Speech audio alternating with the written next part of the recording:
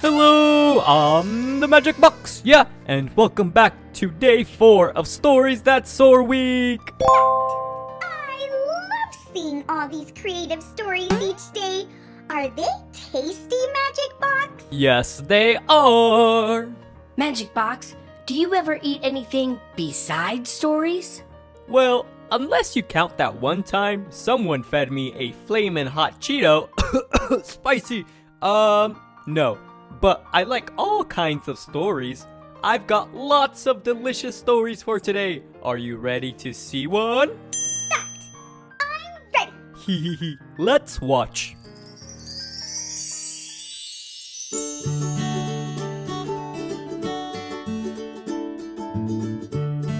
One day, far, far away in a distant city, far from any socialization, there lived happy people and animals.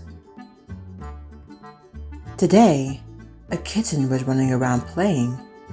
His name is Nugget, since he has orange-colored fur.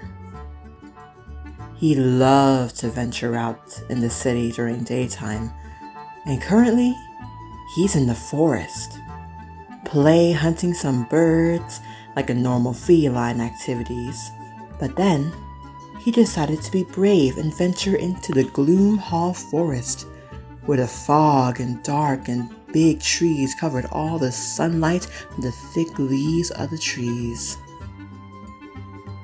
He ventured everywhere, and boy was he a curious one. He played and rolled around until his tail touched something, and it glowed brightly. It was a mushroom? He was fascinated by it, and he took it home to show all his friends.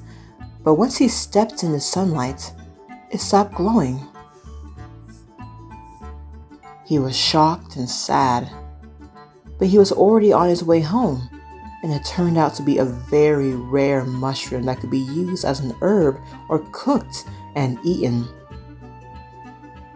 His human took the mushroom with care and made him an animal-friendly mushroom soup. Delicious. And at the end of the day, Gloom Hall still awaits another adventure and secrets untold. The end.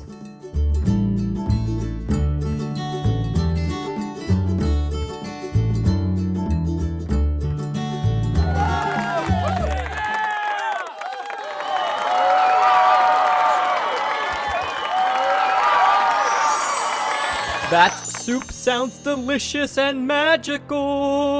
Woo! This was a yummy story. You know something else that is magical? I want to know. A fairy? Not quite. A wizard? Try again. A mermaid? Yes. Marilla in Miss Wenning's class wonders, how do mermaids live with sharks? It's time for another question with Curiosity Box.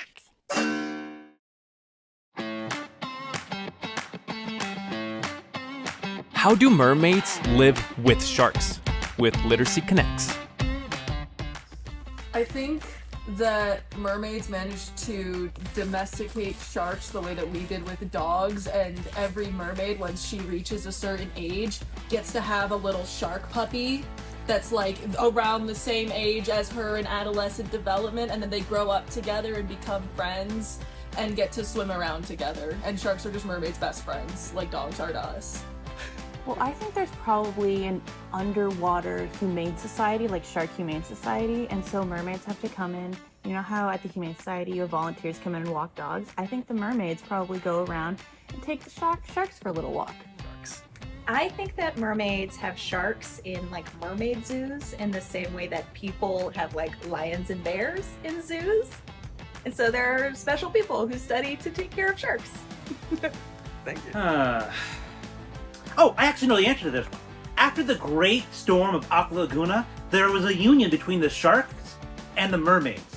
They combined their races and their towns, and they created the great city known as Atlantis. And since then, they've been together. Every mermaid has a shark companion. Kind of like a familiar, if you're ever familiar with that idea. How do mermaids live with sharks?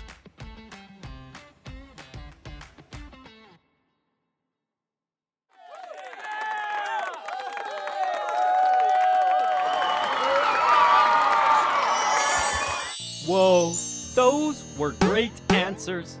Thank you, Literacy Connect staff and interns, for your help. What are your answers? Let me know in the feedback after today's episode. Now, time for another story. It's about a creature that is usually part of vampire stories. Do you know what it is? What? What? Here's a hint. A vampire usually turns into this animal. I know this! It's a bat! A bat! That's right. Let's watch.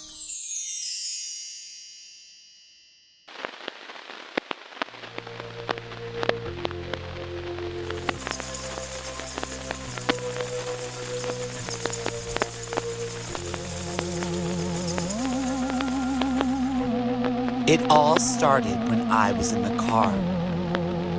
There was a lot of bugs like roaches all outside. I was mortified.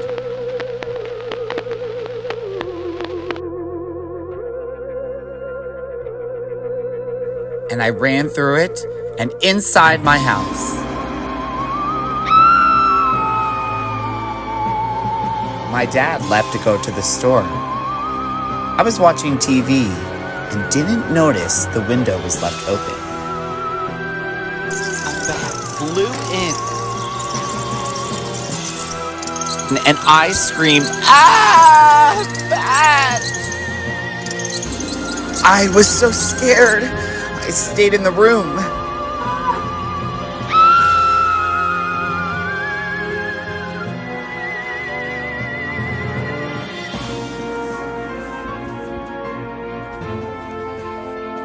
The bat must be gone. So I watched TV.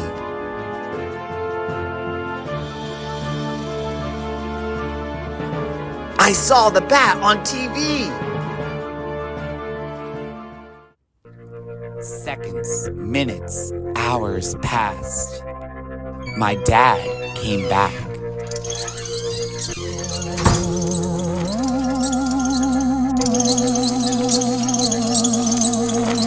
My dad saw the bat.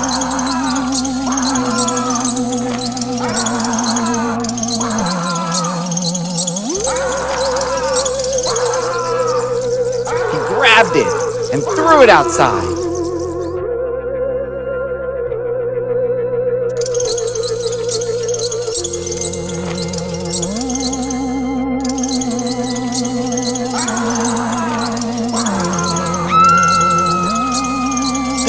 Came back again.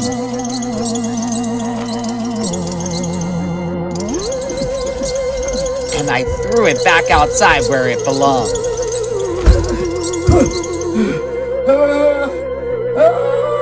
The end.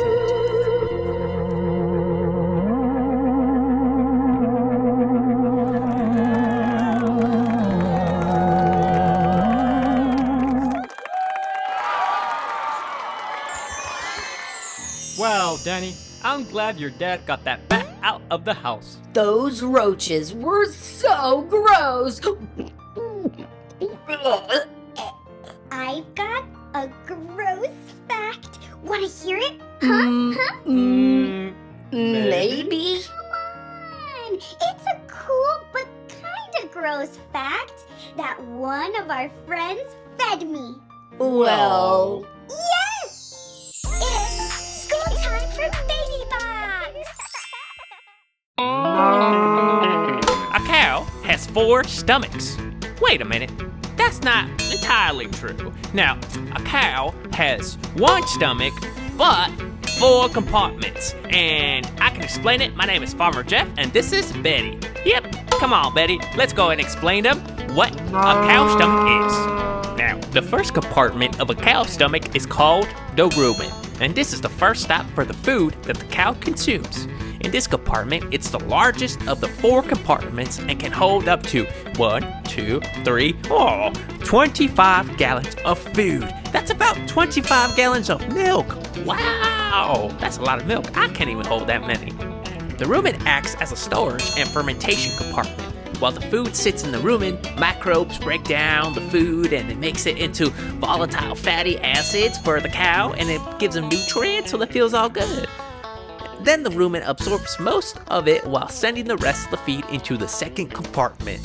Now, the reticulum is the second compartment of the cow's stomach, and it's pretty important, and it's located close to the heart. Aww. In this particular area of the cow's stomach is where like the heavy feed or the heavy food and metal objects that the cows accidentally consume with their food. Sometimes it could be like nails or metal shards or anything hard that can hurt the cow. It's kind of like a safety mechanism, right? Now, the third part of the cow's stomach is called the omasum, and it can hold about 2 gallons of food. That's about 2 gallons of milk.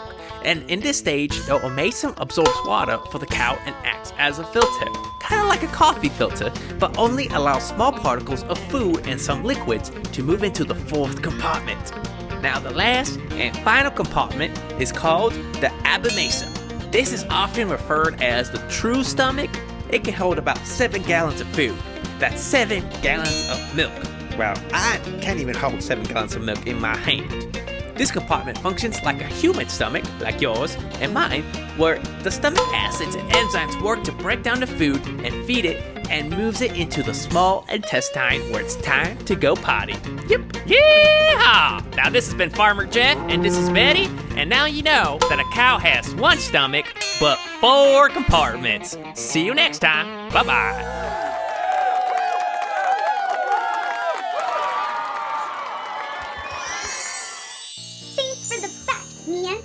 I only have 1 stomach and it is hungry. Even after watching that? Yes, even after watching cow stomachs. But that's me. I'm always hungry for stories. Our next story has stomachs too. What? I know, but it's got some pretty tasty characters. That sounds better. Let's watch.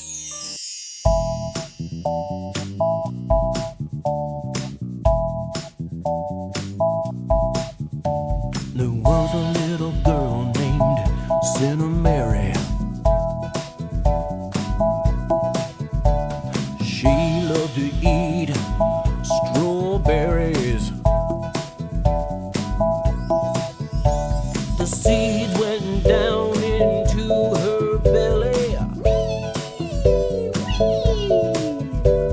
She turned into a strawberry.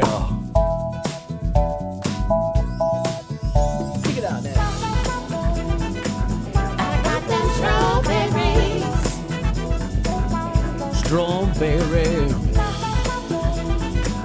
I got them strawberries. She visited her friends, Paul and Terry. Ding dong, it's me, Cinnamary. They all gave each other strawberries to eat. The seeds went down into their bellies. And they were all strawberries. Oh my God! Break it down now. Strawberries, strawberries, strawberries, strawberries, strawberries, strawberries, strawberries. The end.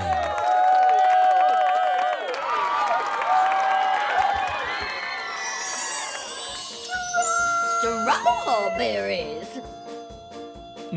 Strawberries. Those stories are making me hungrier and hungrier. It is the end of today's episode.